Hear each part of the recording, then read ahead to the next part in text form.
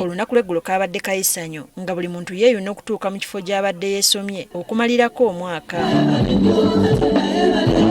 Ku Youth Encounter Center Yes Ensambya we zaaweredde essaawa 2 ez'akawungeezi, ab'enzikiriza y'Abakatoliki babadde bajjuzza dde ekifo kino wakati mu kuyimba ennyimba ezitendereza Katonda olw'okubayisa mu mwaka oguwedde ogwa 2025.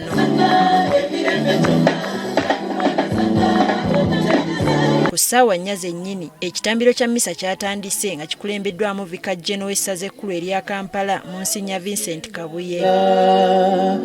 Nga tusaba omukisa tulina okubaako kye tukola nga tuli wamu ne Katonda asobole okutulokola ate atuwe omukisa.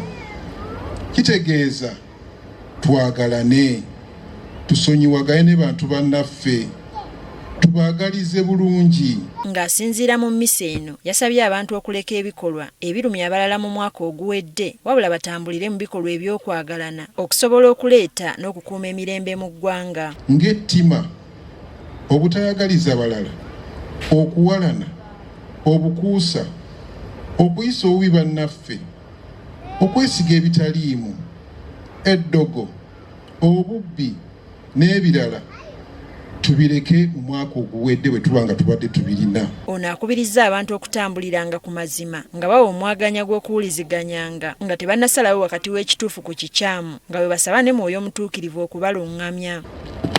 Wuliriza, olabe, olamule, ate okole. Kawutandike kuwuliriza.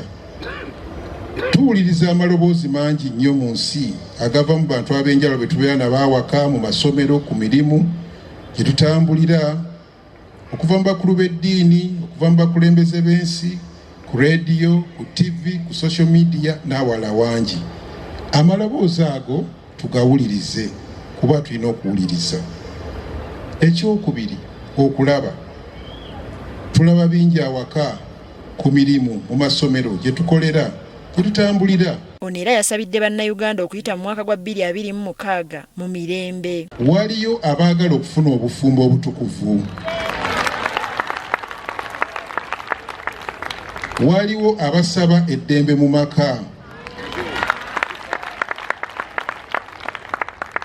Waliwo abasaba okutereeza enkolagana yaabwe n'abafamily members abalala. Oluvannyuma ebiriro lyo byatandise okukubwa okwaniriza omwaka omujja wakati mu ssanyu n'okusaakaanya. Ye Mityana akulira olukiiko lw'abeepisikoopi mu ggwanga Bishop Anthony Ziwa asabye bannayuganda okukuuma emirembe mu kiseera kino eky'ebyobufuzi.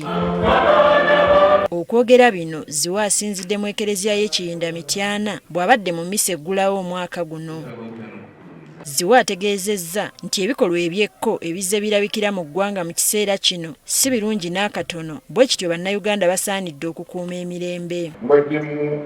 Ebikolwa ebikolebwa nga si bya muntu omukkiriza omulungi, abantu abamu bafiiriddemu, abalala bali ku kisako, abalala bafunye ebiwundu, abalala babugiddwa ebigambo nakyo kiringa kiwundu, abamu tebeeyisizza bulungi. Ono asabye abavunaanyizibwa okuwa abantu omwagaanya okwesalirawo n'okulonda abakulembeze be baagala. Okulonda si kulangirira lutalo.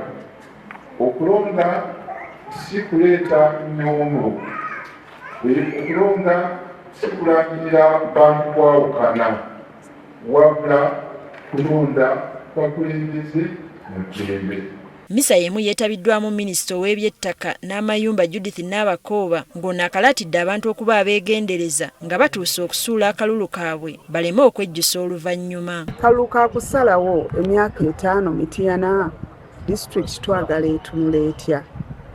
Tofaali kiri twagala Mityana District okuba nti ezimbibwako obeefuna.